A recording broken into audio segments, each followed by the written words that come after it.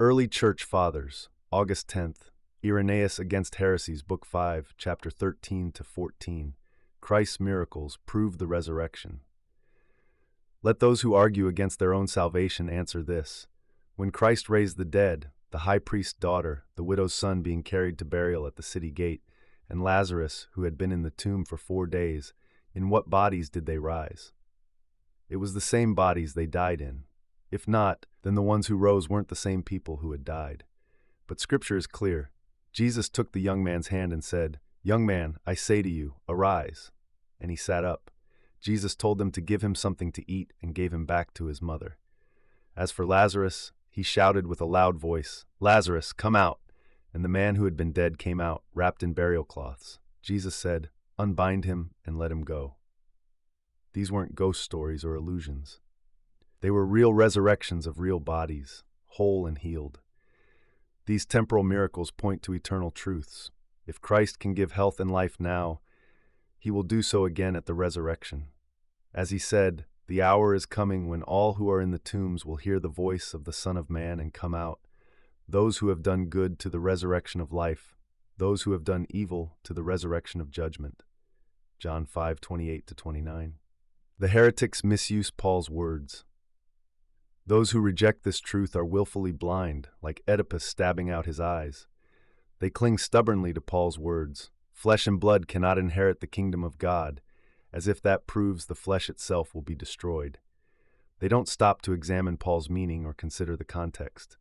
Like poor wrestlers, they grab one piece and fall down with it, thinking they've won, when really they've only made a fool of themselves. They act as if Paul contradicts himself, failing to notice that he also says, "This corruptible must put on incorruption, and this mortal must put on immortality. Then will come to pass the saying, 'Death is swallowed up in victory.'" Corinthians 15:53-54. This will happen when the same mortal, corruptible body that died is raised immortal and incorruptible, when the flesh, once held by death, is finally free. The mortal will put on immortality. Paul says the same to the Philippians. We await a Savior, the Lord Jesus, who will transform our lowly body to be like his glorious body, by the power that enables him to subject all things to himself. Philippians 3:20-21. What is this lowly body? It is this very flesh, the body that is buried in the ground. Its transformation doesn't mean it becomes something else. It means God, by his power, clothes it with incorruption and immortality. That mortality may be swallowed up by life. God has prepared us for this very thing and given us the Spirit as a guarantee. 2 Corinthians 5:4-5. The Spirit is not given to stones or ghosts, but to fleshly hearts. If our hearts, made of flesh, receive the Spirit now, then it's not a stretch to believe that in the resurrection our bodies will receive the fullness of that life. The same flesh will rise, Paul says it plainly. We carry around in our body the dying of Jesus, so that the life of Jesus may also be revealed in our body, in our mortal flesh. 2 Corinthians 4:10-11. And again, you are a letter from Christ, not written in ink, but with the Spirit of the living God, not on tablets of stone, but on tablets of human hearts. 2 Corinthians 3:3. If the Spirit is already writing on our flesh, why should it be surprising that the flesh will live again? Paul suffered in the flesh. He even fought wild beasts at Ephesus. But if the dead don't rise, then neither did Christ, and everything falls apart. But Christ has risen, the firstfruits of those who sleep. Just as death came through one man, so too does the resurrection. 1 Corinthians 15:21-22.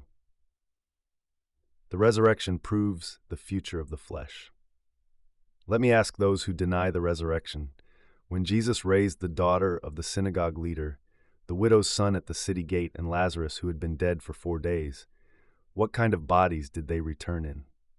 It was the same flesh they died in. If they rose in different bodies, then it wasn't truly them who were raised. But Scripture says Jesus took the young man by the hand and said, "Young man, I say to you, arise." And he sat up. Then Jesus gave him back to his mother. When he called out, "Lazarus, come forth," the man emerged still bound in burial cloths. Jesus said, "Unbind him and let him go."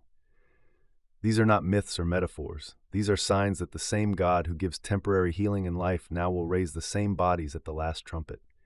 He said, All who are in their graves will hear the voice of the Son of Man and come out, those who have done good to the resurrection of life, those who have done evil to the resurrection of judgment. John 5:28-29. Paul was not contradicting himself. So why do some people cling so tightly to Paul's words, "Flesh and blood cannot inherit the kingdom of God," as if that means the body is discarded forever? They hold on to these words like weak wrestlers who cling to one limb and collapse with it, thinking they've won. But Paul wasn't contradicting himself. Right after that, he says, "This corruptible must put on incorruption, and this mortal must put on immortality." 1 Corinthians 15:53. This is about transformation, not annihilation. The body that dies is the one that is raised. God doesn't throw away his creation, he glorifies it. Our mortal flesh will bear eternal life. The same flesh that now dies will one day be immortal. Paul says, we await a Savior, the Lord Jesus Christ, who will transform our lowly body to be like his glorious body. Philippians 3:20-21. And again, that mortality may be swallowed up by life. 2 Corinthians 5:4. If God already dwells in our fleshly hearts by his Spirit, why should it be surprising that he will raise that same flesh to everlasting life? Augustine, the Confessions, Book 11, Chapter 25, Section 32. Light for the mind that cannot grasp time. Lord, I admit it freely. I still don't understand what time is. And yet, I also confess that I've been speaking about time this whole while. I've said a lot already, and I know that all of it has unfolded in time. I even speak of how long it's been, but that word only makes sense because of time itself. So how do I know any of this, if I don't know what time really is? Or maybe I do know what it is, but I don't know how to explain what I know. That might be even worse. How pitiful it is not to know how far my ignorance goes. I swear to you, Lord, I'm not pretending. My words are true to what's inside me. My heart is open before you. So I ask you, you will light my candle. You, O Lord my God, will brighten my darkness. Psalm 18:28. Thomas Aquinas, Summa Theologica, Part 1, Question 107. Articles 1-5 combined, the speech of angels, objection. It seems that angels do not speak to one another, because their knowledge comes directly from God and needs no communication.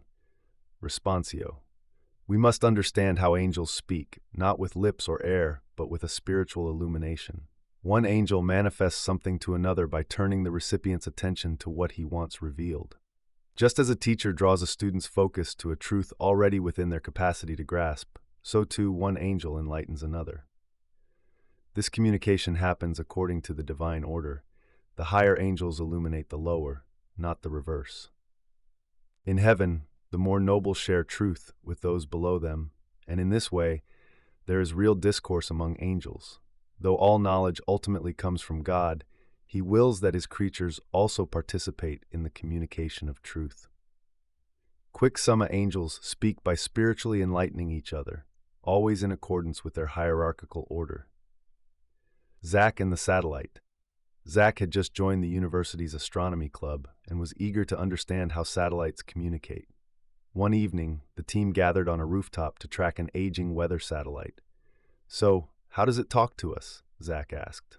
The senior student pointed to the laptop display. It's not talking the way we do. The satellite sends data as signals, light, radiation, code. It's not about voice, but about transmission of information in a form we're built to receive. Zach thought about it.